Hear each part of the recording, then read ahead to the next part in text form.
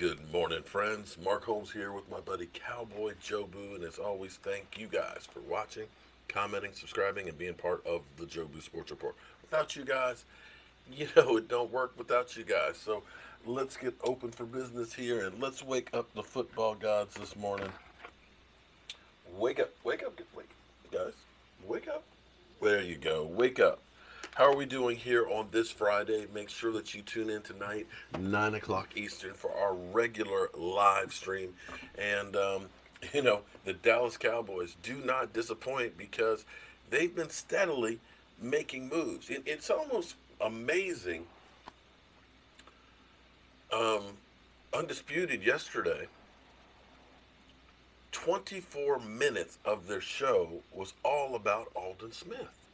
24 minutes.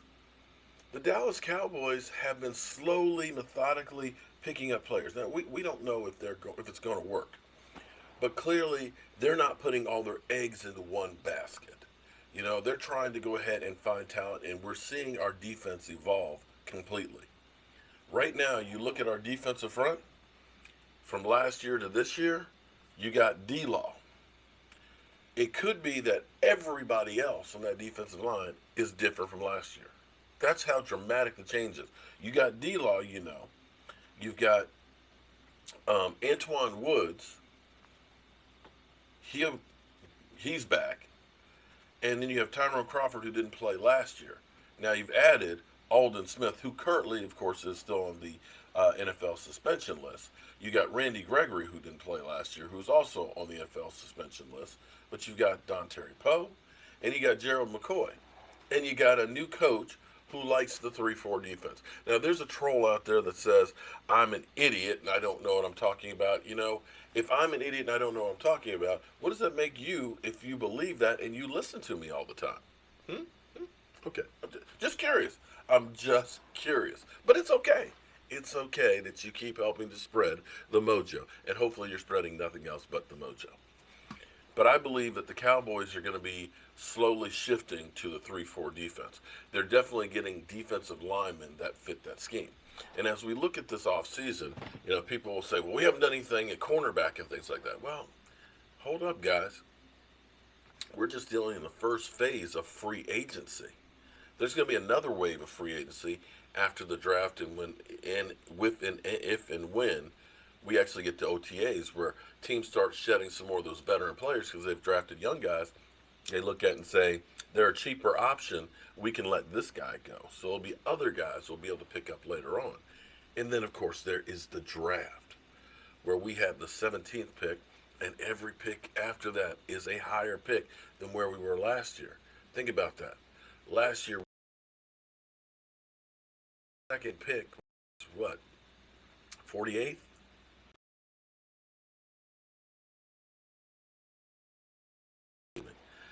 So you think that we're going to have two pick before where we picked last year, that these guys need to be impact guys. And it may be that we still look at depending on how the draft goes, that we look at a nose tackle or we look at a cornerback. Hell, it might just be the best player available. It might be a wide receiver.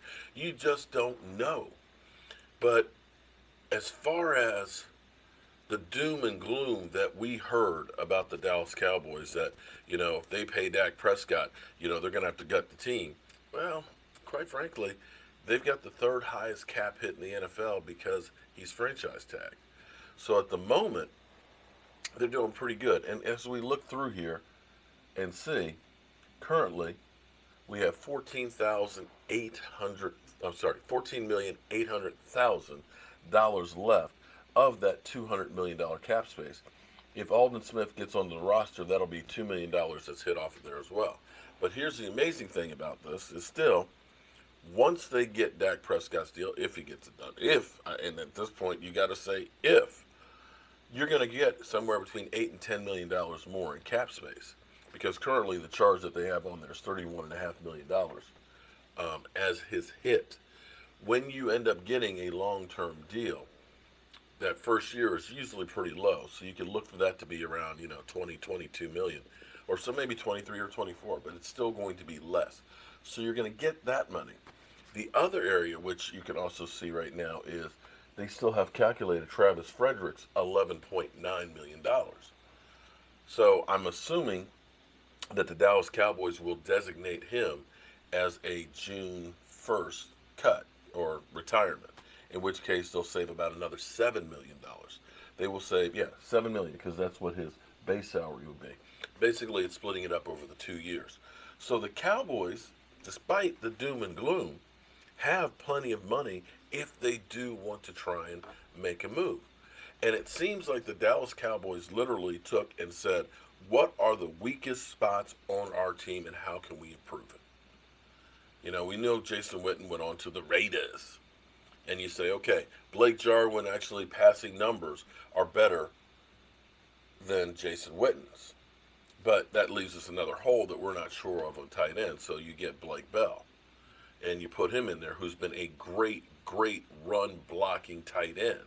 He's not a great receiving tight end, but you can look at that and say, okay, we improved in the tight end situation. No shade or disrespect to Jason Witten.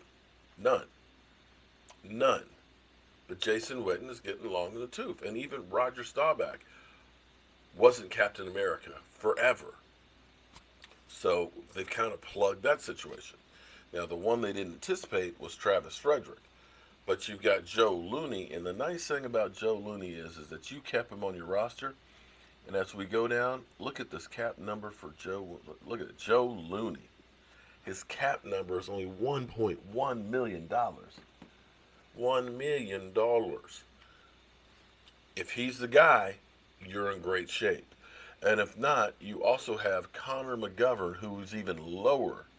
Where's the governor? Connor McGovern, $887,000. So you should be able to hopefully get one of those two guys as your starting center. You got Joe Looney, who's got experience. They're not as good as Travis Frederick, but there's a lot worse starting offensive centers out there than what we have currently. You look at the defensive line, and you got to say that our defensive line was a disappointment last year. D-Law, because of the contract situation, which we hope we don't get into with Dak Prescott, not getting that shoulder worked on basically kept him from working out the whole summer. He could not practice with the team fully till like the last week of the season. And it was actually when we had the early forecast on it that they were in doubt whether he'd be able to play in the first game. And because he didn't have that training camp, to me, I believe, and I'm going to believe and hope that this is what it was. The reason that he only had 5.5 sacks was because he missed training camp and all that offseason work. I don't want to think that this is actually the player as he is now after paying him $21 million a year. Hopefully he'll rebound. But you have to look at the rest of the defensive line and say, meh. We gave up 4.6 yards over the center. 4.6 yards on average every time somebody ran up the center's butt. It's disgraceful. You cannot allow that to happen. And so they've gone through and they've retooled this whole defensive line. They've gotten a big man in Deontay Poe. They got a guy who can put pressure on in Gerald McCoy. Yes, we lost Robert Quinn. But what you can look at is say, Gerald McCoy is a defensive end. Aldon Smith is a defensive end / outside linebacker.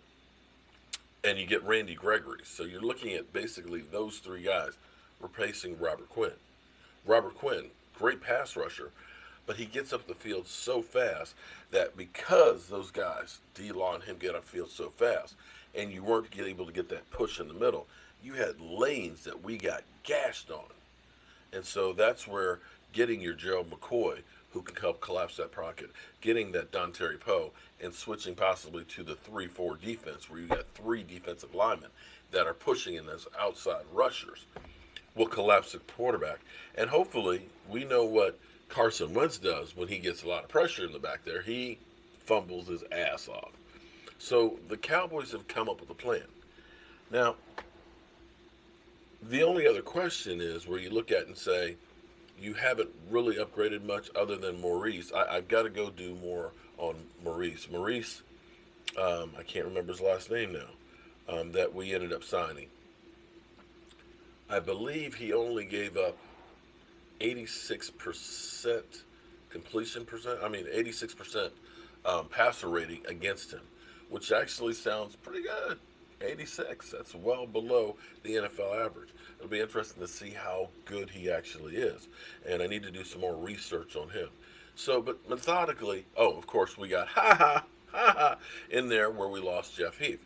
So pretty much the only locations that you look at we haven't done something or upgraded in would be center and where we lost Byron Jones.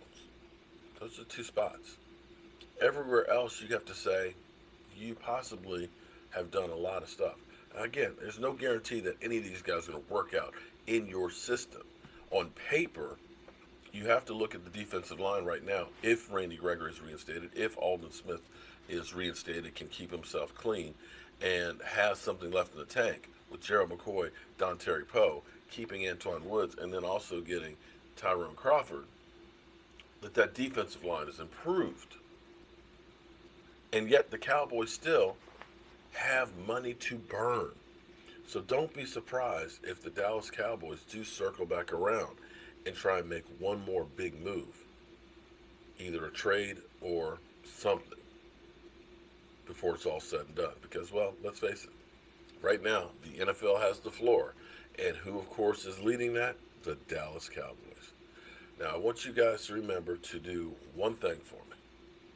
Keep your ass at home. Okay? Keep it at home. Keep it at home. Don't go out unless you absolutely need to. Okay? Thoughts and prayers for everybody who is out there risking themselves, medical field, truck drivers, grocery stores, delivery drivers, UPS, post office, FedEx, all of you guys, truck drivers. Shout out to you. Be safe and understand that this is not some bullshit that's made up. This stuff is real. Excuse me.